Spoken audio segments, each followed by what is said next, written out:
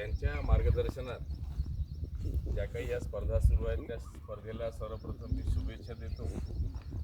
तसेच जे बालगोपाल मंडळी आहेत, आज क्रिकेटच्या प्रॉपर फील्डमध्ये आहात, त्या तुम्ही आम्हाला टी व्हीवर दिसावं, तुमच्या सरांना तुम्ही टी व्हीवर दिसावं, एखाद्या ठिकाणी तुमच्या सरांचा आपल्या शहराचा उल्लेख व्हावा, ही अतिशय अभिमानाची अशी बाब आहे. आणि शेवटी हे सगळं करत असताना त्याकरता तुम्हाला खूप जास्त काय करावे लागेल, परिश्रम करावे लागेल, मेहनत घ्यावी लागेल.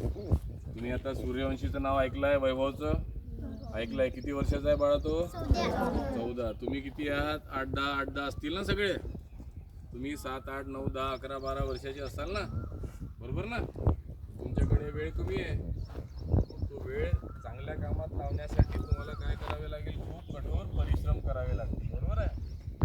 आणि सगळेच काही तो सूर्यवंशी होईल असं गरजेचं नाही, ही गोष्ट तेवढे लक्षात ठेवा. नाही तर मला जमलं नाही तर आता मी काय करायचं, मी रडत बसायचं वगैरे असं नसतं.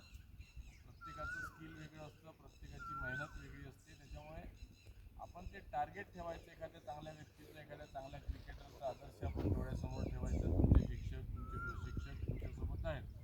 आणि एक गोष्ट परत ध्यानात ठेवायची की एखादी गोष्ट आपल्याला नाही आली, एखादा स्ट्रोक आपल्याला खेळता नाही आला, एखादा बॉल आपल्याला डिफेन्स करता नाही आला, बॉल स्विंग कसा करायचा, फास्ट कसा टाकायचा, इन स्विंग आउट स्विंग आपल्याला जमत नसतं, तर आपण काय करतो, घाबरून जातो, बरोबर ना?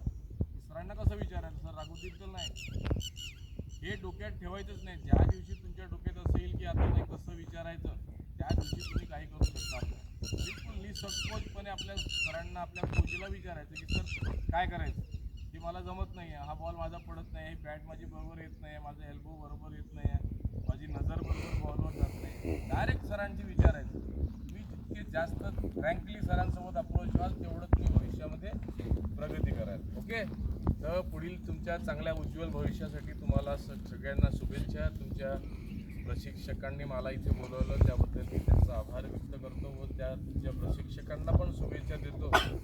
त्यांच्या याच्याकरता शुभेच्छा की त्यांच्या मार्गदर्शनात आपल्या शहरातले